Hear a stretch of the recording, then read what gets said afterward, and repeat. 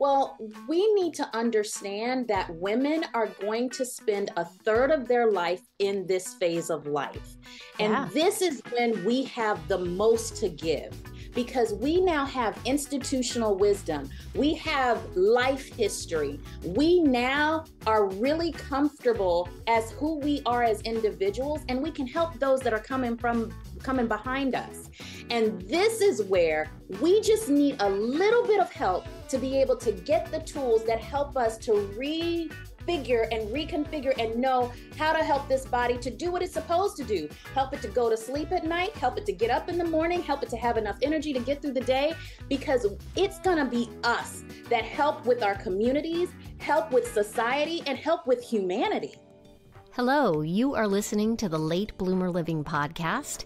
It's season 4, and here we are still reimagining, rethinking, and redefining what it means to be in midlife and what's possible as we age.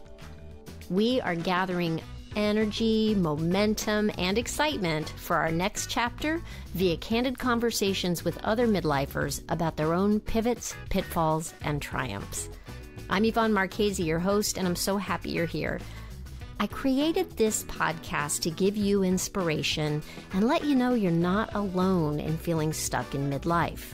Both men and women are welcome here, but if you are a woman, I also invite you to join the Age Agitators Club for Women, where we come together monthly to hatch our plans for making waves as we age.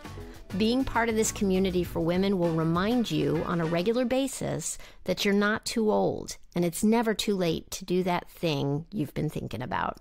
You can find more information at latebloomerliving.com/community, and I hope to see you there.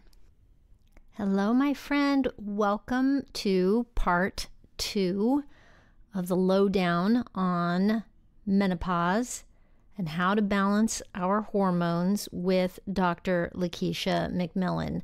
Last week, we talked to Dr. LaKeisha about her own personal experience of having something that launched her into an early perimenopause. And she didn't know what the heck was going on for her at that time. So we really talked about how little understanding there was for her, even though she was an MD, and how it was confusing for her. So go back and listen to that. And where we're going to go from here today is I am going to ask all the questions that I selfishly had for Dr. LaKeisha in the hopes that it gives you the information that you need as well as you're going through perimenopause or menopause or wherever you are in that journey. Let me give you a little bit of the street cred for Dr. LaKeisha and why I brought her here. She is an OBGYN with a mission to empower women as they're aging to feel confident in knowing about how to balance their hormones. She is a speaker. She is an author. She wrote a book called The Other PMS, Your Survival Guide for Perimenopause and Menopause, and she has been a contributor to several online and print publications, and I'm so glad to have her back. So without further ado, welcome back, Dr. LaKeisha McMillan. Let's go. I want to switch into the myriad questions that I have about menopause and perimenopause and kind of my experience of it and what you've seen from other people. Mm-hmm. You talked a little bit about your adrenal system being in the tank. Mm-hmm. And I am fascinated. So can you explain perimenopause and menopause and that transition real quick? Absolutely. Because I think there's a lot of confusion around that. Absolutely. So perimenopause is actually a new term that has probably come up within the last 10 to 15 years or so. Some people called it premenopause. It may have been referred to that. And now I think that there is a nomenclature that's out there now that's calling it the menopause transition. So perimenopause is the terminology I'm comfortable with and use. It is the time before you actually have a complete cessation of your period. And it can last from anywhere to 2 years, 5 years, 7 years, 10, 15 years before the complete cessation of your period. That is Lulu. That is Lulu crazy. Exactly. And I think it is one of those things where, as I've been sitting in this space and looking out and being here too, I believe that a lot of the symptoms that a lot of people are just told, oh, you're getting old, oh, you're just getting old, is really the cessation of your hormones. So like your joint stiffness or joint pain all of a sudden, or inability to sleep at night, or the brain fog, or the weight gain, or the hair texture changing, or your skin changing, feeling itchy all of a sudden, itching in the ears, the vertigo, the dizziness, all these little things that you go to your doctor and they do all these tests and say, your tests are fine. And you're like, no, something's wrong. I believe that those are symptoms of perimenopause. We're going to find out probably more and more as we continue these conversations that these are like the symptoms that happen when such and such starts falling, or this particular hormone isn't really doing what it's supposed to do. And so perimenopause is that time around menopause, like I just said, where certain hormones are not going as high as they used to, or they're dropping too soon within the cycle that you used to have. Menopause is actually a retrospective diagnosis. What that means is that you have to have 12 consecutive months of no period. 12 consecutive months, not 6 months, not 8 months. I got to 10. 10 months. I got to 10. And then it did it. And I was like, what? That's right. You got to start that clock all over again. 10 months and start the clock over. I was like, come on. It's important because if you have postmenopausal bleeding in the absence of any type of hormone replacement, we have to make sure there's no cancer in the uterus. That's the reason. That's the big reason, because we were always taught postmenopausal bleeding. When I say we, OBGYNs in our training, postmenopausal bleeding is uterine cancer until proven otherwise. Now, there can be polyps. They are not precancerous. There can be a fibroid that for some odd reason got a little irritated and bled a little bit too. There can be even some types of bacteria that get into the cervix or into the uterus that can cause a little irritation of that uterine lining that can cause some bleeding. But you have to evaluate the uterine cavity. If you have 12 consecutive months, you are not on any type of hormone replacement, you have bleeding, we have to figure that out. So that is why that definition is super important. 12 consecutive months. Like you said, 10 months, 11 months, you have to start that clock over. I'm so sorry. I've had to give the bad news to a lot of people, but it's one of those things where you're like, yeah, you really have to make sure. Now, this is where I probably veer a little bit off from some people. So there are people that say 12 months and a day, you're postmenopausal. Okay.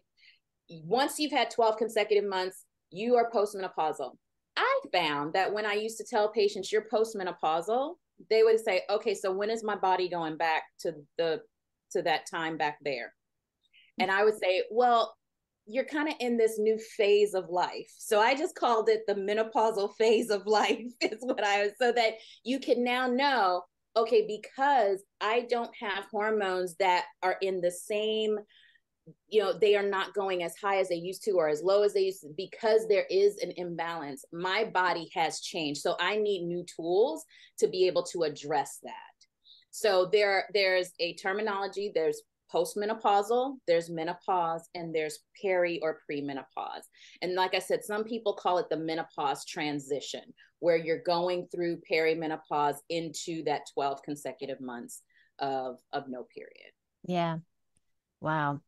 I've heard recently in some of the research I was doing to talk to you today, a comparison of perimenopause to, like, let's say, reverse adolescence. Ooh, I like that. Yeah. Does that make sense to you? And having to do with the adrenal system and all that stuff. And is that why we're so freaking stressed out? I mean, oh my gosh, yes, because we don't have the capacity to have that resiliency if you don't take care of your adrenals, if you don't take care of the stressors. So how do what you I take think, care of your adrenals? Does it have to be through hormone replacement therapy? not Because I will say necessarily. I haven't done it yet. I think I've finally come to the point where I'm like, I think I'm ready for HRT just based on everything that's going on for me. Gotcha. I Mm-hmm. think it's time. And I'm about to go see my doctor. Just here's all my business out in the world. Right, But right, but um but I was hesitant for all the reasons that you talked about in that early study and all the things and the murky information and all that. And I thought, well, gosh, can't I handle this? And I'm going to put it in quotes naturally. right. Like, Mm-hmm. is there a way to manage our adrenal system? I mean, that is that hormones? Is that what's That's a happening in the great adrenal question. system? So your adrenals make hormones. Okay. Okay. And when we get older, there is research that shows that you don't have the ability to make those hormones the way you used to. As you go into perimenopause, you may not be able to make, for instance, enough progesterone that comes from the adrenals that you used to make. You may not make as much of your androgen steroids, which is in the class of like testosterone and the male hormones. We both, men and women, make those same type of hormones. You may not make the right balance of your cortisol to cortisone. So the way that I like to always say, think of the adrenals as if they are dripping, they drip little amounts of your stress hormones into your body all day. A Like a little bit little of, faucet.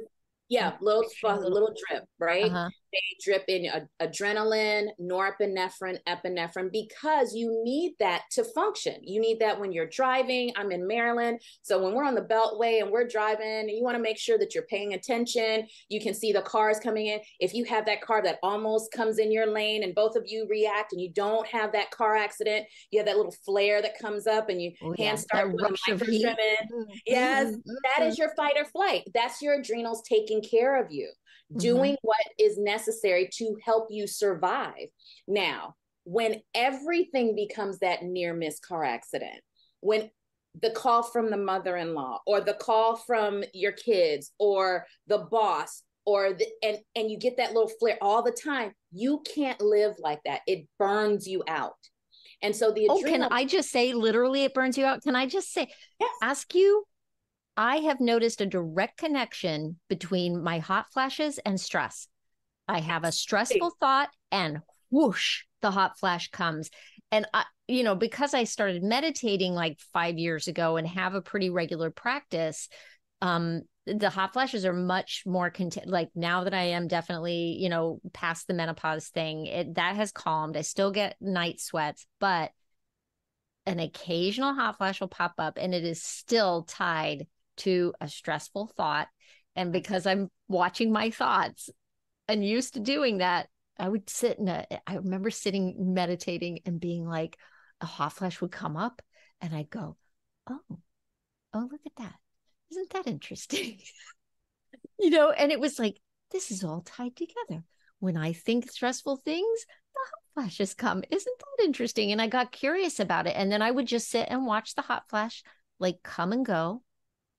yep, yep, And it yep. and it would chill, literally. Mm-hmm, mm-hmm. Yes, yes, yes, yes, yes. So I don't know if I've taken you completely off No, course, but but that's great because what the adrenals need, they need what are called adaptogenic herbs that help them to be able to produce what they need to produce to help you get through your day. adaptogenic. What was it? Ah, What was yes, that? Adaptogenic adaptogenic herbs. So like herbs. ashwagandha, rhodiola, L-theanine.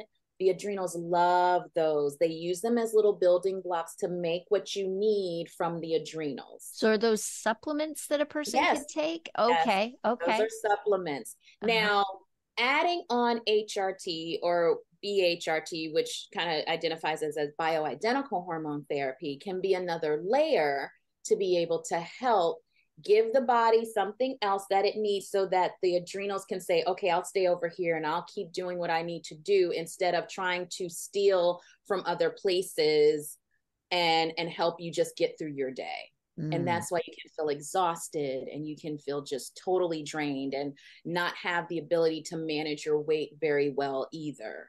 Because if the adrenals are hijacking the system, then you don't have what is necessary for even the thyroid to function properly, for your neurotransmitters to function properly, for your gut to function properly. All that stuff kind of gets shut down. Wow. Does doing thing, I think I saw you do one of your reels. I think you were going in for like a spa type treatment of some sort. I can't remember what. And you talked about doing that to help balance your hormones. So can you speak to that for a minute? Absolutely. I go and do salt floats. So a magnesium. I've done a salt float. My friend Donita got me one when I was out in Seattle. That was trippy. Okay, talk about that. I love it. So the place I go, I do two things there. I do the those infrared sauna first. And that's 30 minutes. So that helps to start detoxifying and helping some of those toxins to be, come out through my pores and sweat out. And then I go and do an hour in the tank, in the magnesium salt tank. So you have the infrared that can help because it also has light therapy. So different wavelengths of light can actually help to send signals to the cells. You have to think of yourself as like a cell. Just if you think that your entire body is just made up of all these cells, and the cell needs certain things to function at its best. So the light therapy can literally help the cells. There are little channels on the cells open and close, open and close. And so that there's information that can get in the cell, or great nutrients can get in the cell, and toxins can come out of the cell, get through the bloodstream, and you can poop and pee them off or sweat them off. Then you go into the float tank, and it's a big old bath of magnesium salt. You are literally like floating in the Dead Sea, right? Right. It's like it just holds you up. Yes, above. Yeah, it is trippy. Floating. It is, and it was like a pod. It was like a pod thing that came down. Over. Yeah. Now, the one I go in actually almost opens like a shower, and then I lay down, so the ceiling is nice and high. It's not a pod that comes down this way. It's amazing. I love the place I go. So then I just float in there for an hour. Now this does several things because I've gotten to the point where I can do almost complete sensory deprivation. I still like sometimes to hear a little music to come through, but I turned off the lights. You can turn off the sound, and you can just float. Magnesium has been shown to operate and be a contributor to over 400 reactions in the body. Think of yourself as all these little reactions, literally cellular reactions happening. So when I say think of a reaction, it's almost like making spaghetti. You have to have the different steps. So you take your pot, you put water in it. That's one step in the reaction. You take that pot of water, you put it on the stove. That's another step in the reaction. Now you take salt and you put salt in the water. That's another reaction. Now you have to turn the stove on because it's not going to boil if you don't have a heat source. All these are steps in the reaction. So when you go in a lab, like when I was studying biochemistry or chemistry, I had to learn all the steps so a reaction can happen. And these reactions are what make you function. And what does magnesium do? So magnesium can help with it can help with brain. So people that say, my brain can't shut off at night. My brain can't shut off at night. Magnesium goes in and it actually helps serotonin turn into melatonin. It helps that progesterone to come in and help that serotonin pathway to actually start flipping those molecules to change shape so that it becomes a different molecule that we name melatonin. That's a reaction. Crazy. Our bodies are freaking crazy. It's amazing. Yes. Magnesium goes into our intestinal tract so that it helps the smooth muscle to do that peristalsis so that we can go to the bathroom okay. So that's why people know magnesium can help me. You made this little move with your hands that was like waves. So that's like it's pushing everything out. It's exactly. Yep. Okay. Peristalsis. Yes. Okay. So magnesium can be helpful in just helping with tissue relaxation. Magnesium can be helpful so that your body, so that your kidneys can actually filter through all that needs to go through the kidneys so that you can have healthy urine. Magnesium is needed there too. So Wow. when you have to remember, your skin is your biggest organ, and the magnesium just kind of goes in and it actually can cross the skin barrier and goes into your body. So you're basically just soaking up this wonderful magnesium while you're just laying there.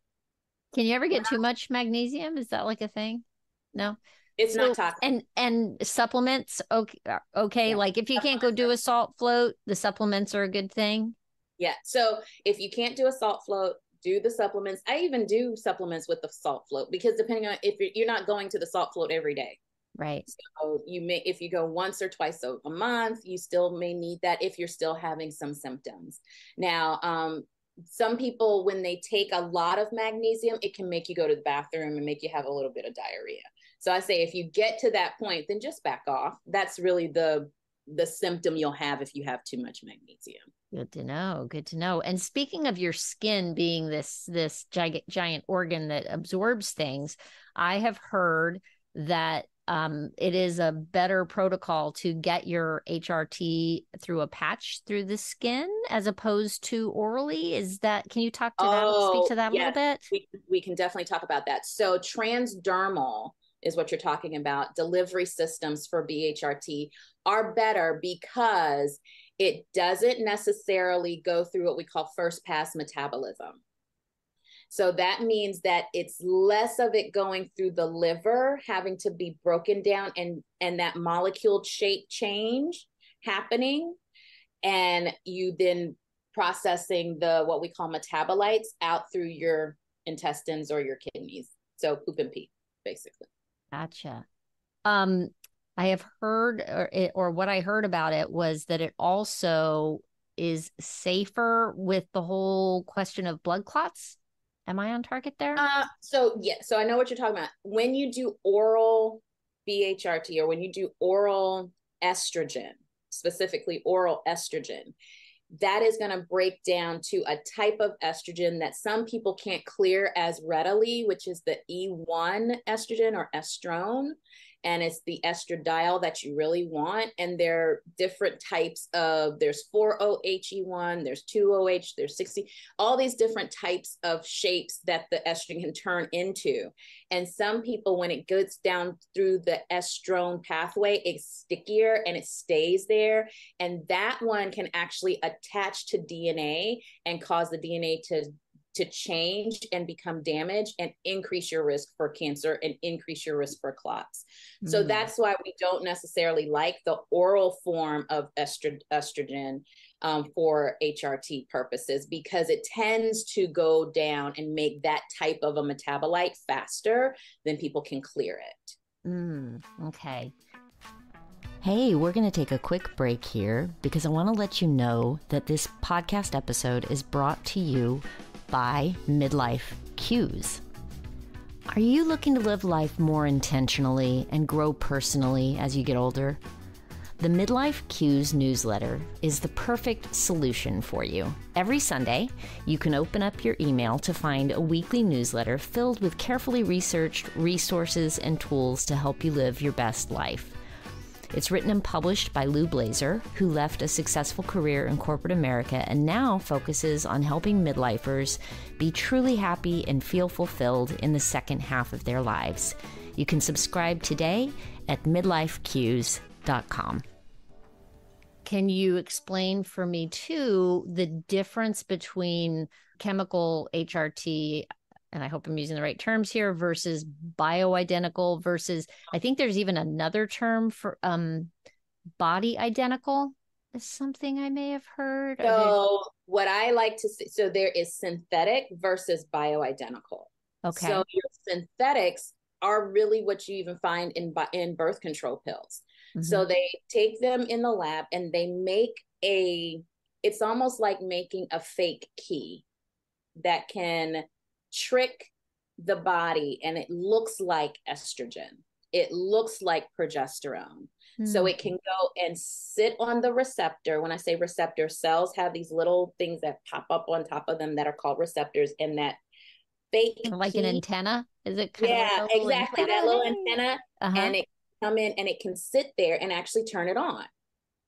And that synthetic one then goes and makes these different types of metabolites, is what it's called. I say these are the little children they make.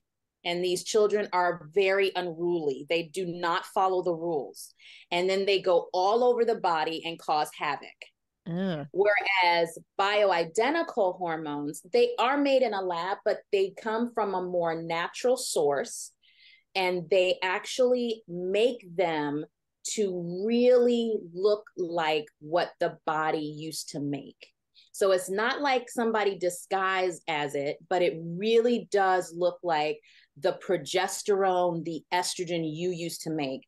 And it comes and it sits on the receptor. And then the children they make are very respectful. They know how long they're supposed to stay in the body. They know when they're supposed to leave, and they get out of the system, and your body knows exactly what to do with them.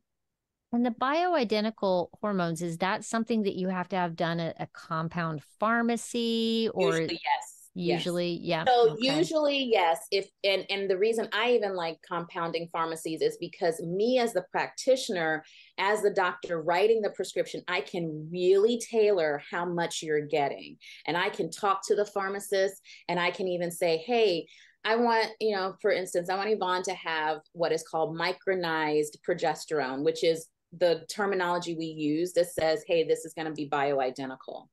And I want to say, hey, Yvonne has a sensitivity to dyes. Can you put it in a clear capsule for her? Oh, absolutely, sure. Okay, so I only want her to get 25 milligrams. Okay, no problem. Whereas when I go to the big chain pharmacies, I can only prescribe you 100 milligrams, because there is bioidentical that you can get from the big chains. And that name is a different name, but we know that it's bioidentical. But I can only give you certain pre-done doses, and they start like at 100, 200, 300, and whatever capsule it's in, that's what you get. So whereas I can really customize the dosing and really talk to the pharmacist and see what other types of what are called fillers are put in there, Mm-hmm. whereas you kind of have to get what you get when you go to the big chains. Gotcha.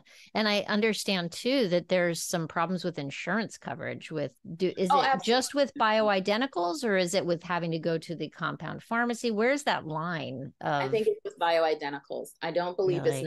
necessarily with What the. do we need to do to change that? Like that is, We need lobbyists on Capitol Hill, to be yeah, honest, to yeah, be able to say, this is as important as Viagra was. This is our Viagra moment.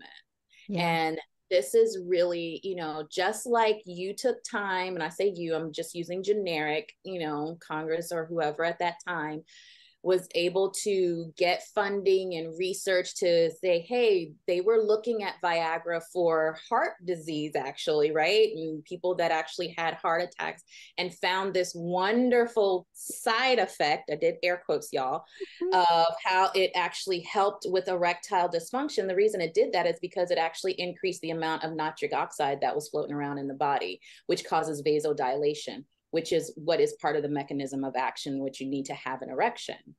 So they were like, oh my gosh, we found this wonderful side effect. We can actually repurpose this because it wasn't doing great for preventing heart attacks. Let's use it this way. Well, we need to understand that women are going to spend a third of their life in this phase of life. Yeah. And this is when we have the most to give, because we now have institutional wisdom. We have life history. We now are really comfortable as who we are as individuals, and we can help those that are coming behind us. And this is where we just need a little bit of help to be able to get the tools that help us to refigure and reconfigure and know how to help this body to do what it's supposed to do. Help it to go to sleep at night, help it to get up in the morning, help it to have enough energy to get through the day, because it's going to be us that help with our communities, help with society, and help with humanity.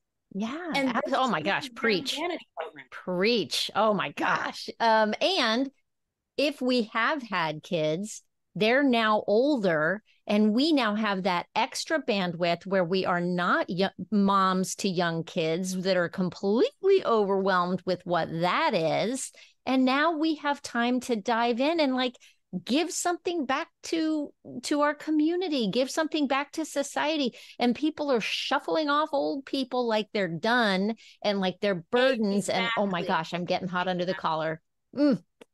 Exactly. Exactly. You said it. Now you give somebody, so going back to my story that we shared in the other episode, I probably didn't say this, but I got my hormones balanced. I use bioidentical testosterone myself, a cream. And I'm going to tell you, it has made the biggest difference in my life. I tell you, I now have more energy. The brain fog, the word salad is not there as much. Now, it's still there a little, but I can manage it because the other things I'm doing too, there's certain supplements that I take. But I now have a tween daughter that has now moved into adolescence. And I hope she doesn't hear this podcast, who has already, she started her cycle. And now I'm trying to weather my situation and hers. And Ooh, now that could be a bad situation, right? You got the adolescent hormones and the hormone exactly. imbalance for the older woman, and they come Oh my together, and oh gosh. my gosh, that could all go completely sideways. Exactly. I tell my husband all the time, I'm sorry. We're sorry. Like, we're just so sorry. But I mean, so if you give women some tools, then you're able to, like you said, I can now sit with her and go, okay, this is what's happening with you. This is, these are some things that you should probably do. And we've had these conversations because I do have some more bandwidth, a little bit more to deal with and go, and I can recognize it. So I actually recognized her cyclical patterns before she actually even had her first period. I was seeing the rise and fall. I was like, oh, I see what's going on here. And we started the dialogue, and she was just like, what? She was like, I don't know why I feel this way. And she had horrible insomnia. And so we had to start addressing that. And you see, if you have somebody that's dealing with their own stuff, how are you else? You're giving from an empty cup. Yep. And if we all had more information, like you're able to see these things happening with your daughter, probably you're more aware of what's happening with you. And then you can go, oh, I'm not crazy. This is a physiological thing that is happening, and it's perfectly normal and it's okay, but maybe I need to make some adjustments. Maybe I need to tweak something. Maybe I need to do something, instead of just feeling like you're plumb crazy and having your doctor tell you you're plumb crazy and it's all in your head and all of those things. And oh my goodness, I'm feeling like I'm on a soapbox today. Oh no, you are preaching to the choir. You are preaching to the choir, because I said, if I had a nickel for every woman that came to me and was like, one, my doctor told me I'm too young to be in perimenopause or menopause. And I go, okay, let's just stop there. And telling them, hey, this is what's going on once we do certain tests, and empowering them to understand, like you said, I'm not crazy. Like, I really felt that something inside of me had changed, and I didn't have the ability to say what it was, or to go somewhere and say, oh yeah, that's it. Okay, no, I got it. Oh, this person has said this is what happened to them. Oh, okay, I'm okay. This is normal. This is the next phase. This is the new adolescence, or this is puberty part 2, or whatever we want to call it. I call it the other PMS. That's my phrase that I've coined it, which means PMS for that is perimenopause survival. Like, this is where we have to, now you're like, oh, okay, this is This is the next phase. It's going to look different for everyone. There's no cookie cutter type of approach of how it's going to look, but it's going to show up kind of in this variety. And it is normal to happen for you to start feeling different. That's what's normal, but you don't have to stay there, because now here is the plethora of items that you can choose from that can help you feel better. Oh my gosh, I love it. I could talk to you all day. You did just mention the other PMS, and I thought, okay, perfect segue, because that you have a new podcast coming out, right? I'm not sure the timing of when this episode or these two episodes will come out versus your launch day for the new podcast, but that it is called The Other PMS. What? It is. It's called The Other PMS, your perimenopause, menopause survival hotline. And so it is building on those reels that you saw where I was the telephone operator answering these questions. And I said, hey, this could be something a little more, because I was filming those at like a minute segments. Those are like really, really tiny. Yeah. And I'm like, oh my gosh, there's so much more to talk about. And I really want to start answering a lot of women's questions out loud for others to hear. And so that is coming out in first quarter of 2024. So be on the lookout for that. And it is just, like I said, it's like sitting on, it's like calling, it's like, oh my gosh, there's a hotline I can call to ask this question. And so that's the way I want you to be able to feel like you can just call up Dr. LaKeisha and I can be there to answer those questions for you. I'm so stinking excited. First of all, to listen to it. I'm excited for you as part of your whole journey and where you're heading with all of this. I'm excited for all the women who are going to get information. Yes. Thank you so much for being here with me today. I am so happy we got to talk, and we need to do it again. Absolutely. Thank you for having me here and for entrusting me with your community. I am such a fan, and I really appreciate being able to talk to you guys today. Well, there you have it. I don't know about you, but man, oh man, every time I hear Dr. LaKeisha speak, I feel more and more informed and empowered about how to handle balancing my hormones. And I hope this has been useful for you. Maybe it's something you could go back to. Actually, I feel like I need copious notes from this episode.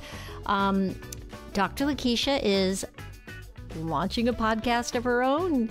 It's called the Hormone Hottie Podcast. And so that's going to be a resource for you going forward. Of course, there is also her book, The Other PMS, Your Survival Guide for Perimenopause and Menopause. So there are resources for you, and I will have links to the things in the show notes for you. Thank you so much for being with me today. And if you have any questions or any topics you ever want me to cover, please get in touch with me and let me know what's on your mind, what you're struggling with, what you have questions about. If I can bring on another expert to address anything for you, I want to know what is on your mind and what is it that you're struggling with. Let me know. That is it for now, my friend. I hope you have a great week. Stay safe and well. Talk soon.